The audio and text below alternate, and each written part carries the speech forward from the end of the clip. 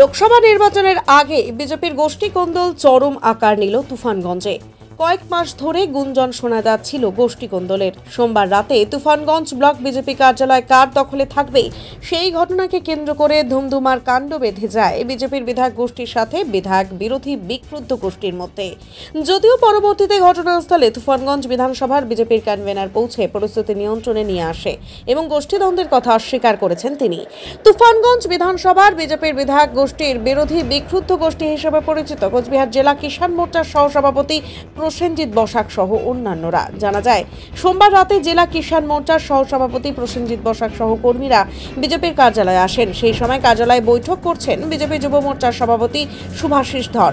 বৈঠক চলাকালীন প্রসেনজিৎ বাবু সহ কর্মীরা বাইরে ছিলেন, কিন্তু বৈঠক শেষে শুভাশিস ধর তিনি দলীয় কার্যালয় বন্ধ করেন এবং পরিষ্কার করে জানিয়ে দেন শহর মণ্ডল সভাপতির নির্দেশ রয়েছে। এক প্রকার দলীয় কার্যালয়ে প্রসেনজিৎ বসাককে প্রবেশে বাধা দেওয়া হয়। সেই সময় দলীয় কার্যালয়ে দুই পক্ষের মধ্যে ধুমধুমার কাণ্ড বেঁধে যায়। দুই পক্ষের মধ্যে এক প্রকার হাতাহাতির পৌঁছানোর উপক্রম হয়। সেই ঘটনাস্থলে উপস্থিত হন তুফানগঞ্জ বিধানসভার কো-কনভেনার নিখিল গাবুয়া। তার উপস্থিতিতে চাবি দিয়ে ঘরের ভেতরে প্রবেশ করে প্রসেনজিৎ বসাক সহ অন্যান্যরা।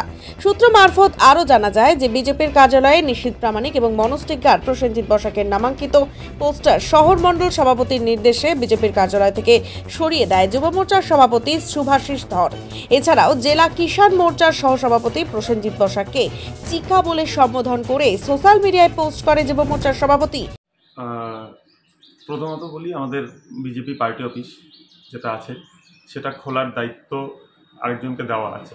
এবার কোনো কারণে সে কালকে উপস্থিত না থাকায় আমি মণ্ডল সভাপতির কাছ থেকে চাবিটা নেই এবং চাবিটা নিয়ে আমি মিটিং ছিল আমাদের যুব মোর্চার, সেই মিটিংটা করার শেষে তারা আমার কাছ থেকে চাবি পার্টি অফিসটা বন্ধ করে দিই এবং তারা আমাদের কাছে চাবি যাওয়ার পরে সেই চাবি যেহেতু আমি আমাদের মণ্ডল সভাপতির কাছ থেকে চাবিটা নেই, তাই আমি তার হাতে হস্তান্তর করার জন্য তাদেরকে বলি যে আমি তার হাতে হস্তান্তর করবো, তারা যেন তার কাছ থেকে নিয়ে নেয়। তো তারা বিজেপির কর্মী বলে আমার মনে হয় না, কারণ তারা পার্টি অফিসে বাস দিয়ে মারে, পার্টির যে ফ্ল্যাগ লাগানো বাস আছে সেগুলো ভাঙে। এই যে কথাটা বললেন দখল নেওয়া, বিজেপি পার্টি অফিস দখল নেওয়া, এখানে দখল নেওয়ার কোনো বিষয় নেই। এখানে যারা আসে দেখেন, আপনার ক্যামেরা ধরেন, এই আশেপাশে সবই বিজেপির কর্মী। এরা খালি পুরো উত্তেজনা, পার্টি বড় হয়েছে, সদস্য সংখ্যা বাড়ছে, সবার কথা এক না হয় একটু গন্ডগোল হতেই পারে। আমাদের পরিবারে 5 জন লোক থাকলে 5 জনের মত একটু অন্যরকম হতে পারে, তার জন্য ক্যাশাল ঝগড়া হতেই পারে, আমরা মিটিয়ে নিই। এখানে কিচ্ছু নেই, আপনার ক্যামেরা দিয়ে দেখেন সব বিজেপির লোক। এখানে ভোটের আগে সামাল দিবেন কি করে? কোনো সামালের বিষয় নেই। এখানে সামান্য একটা ভুল বুঝাবুঝিতে নিজেদের মধ্যে একটু কথা কাটে। এছাড়াও গত কয়েক মাসে বিজেপির বেশ কয়েকটি কর্মসূচিতে গোষ্ঠী কোন্দলের আভাস পাওয়া যাচ্ছিল। সবকিছুর বহিঃপ্রকাশ ঘটে সোমবার রাতের ঘটনায়।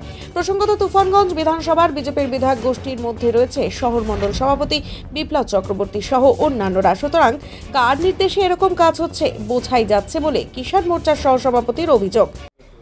লোকসভা নির্বাচনের আগে তুফানগঞ্জ বিধানসভায় বিজেপির 19 যিনি প্রার্থী ছিলেন, এই 5 বছরে কোনো উন্নয়ন করেনি। নতুন করে বিজেপির প্রার্থী ডিক্লেয়ার করেছে। কেন্দ্র থেকে প্রচুর কোটি কোটি টাকা বিজেপি প্রার্থী এলাকাতে ছিটানোর জন্য তারা নিয়ে এসেছেন।